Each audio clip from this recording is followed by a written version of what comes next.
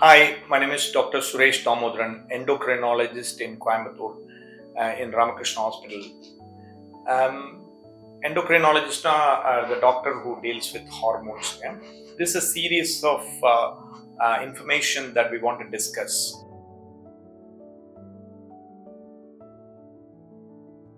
So நம்ம last time பார்த்தோம் அந்த கைனோகோமேஷியாங்கிறது ஆம்பளைகளுக்கு இருக்கிற பிரெஸ்ட் டிஷ்யூ. அதுக்கு வந்து வேற பல காரணங்கள் நம்ம பேசணும். அந்த காரணங்கள்ல கிட்னி, லிவர், அப்புறம் சில கேன்சர்ஸ் கூட அந்த பிரெஸ்ட் டிஷ்யூ காஸ் பண்ணலாம். அடுத்த கேள்வி வந்து கேட்பாங்க, அந்த பிரெஸ்ட் டிஷ்யூ என்லார்ஜ் ஆகுது கேன்சரா மாறுமான்னு.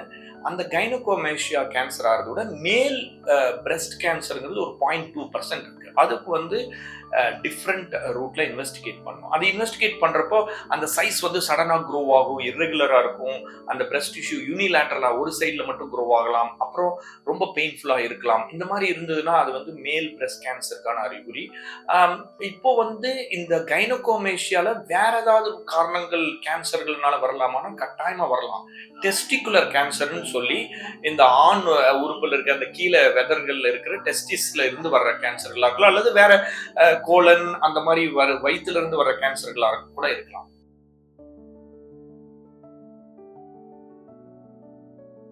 இப்போ நம்ம பிரெஸ்ட் டிஷ்யூ விச் இஸ் கைனோகோமேஷி பத்தி பேசிட்டு இருக்கோம்.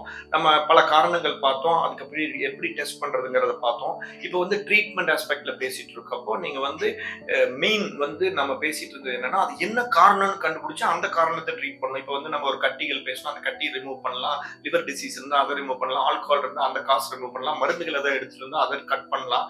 அதெல்லாம் போனதுக்கு அப்புறமும் மறுபடியும் இருந்துச்சுன்னா நிறைய விஷயத்துல சர்ஜிக்கல் கரெக்ஷன், ஒரு நல்ல cosmetology, plastic surgeon and endocrinologist link பண்ணி எல்லா டெஸ்ட் பண்ணதுக்கு அப்புறம் இதுல வேற எந்த காரணமும் கிடையாது, இது வந்து கொழுப்பு தான் அப்படிங்கும்போது அதை வந்து ரிமூவ் பண்றதுக்கு, அந்த ஃபேட் டிஷ்யூ கொஞ்சம் கரெக்ட் பண்றதுக்கான வேலைகள் பண்ணலாம். அதுக்கப்புறம் வந்து சரியாகலைன்னா மாத்திரைகள்லாம் இருக்கு நிறைய, டமாக்சிபின், குளோமிஃபின், டேனசால், இந்த மாதிரி நிறைய மாத்திரைகள் இருக்கு, அது கூட பண்ணலாம். அது எல்லாமே ஹார்மோன் ரிலேட்டடான மாத்திரைகள்.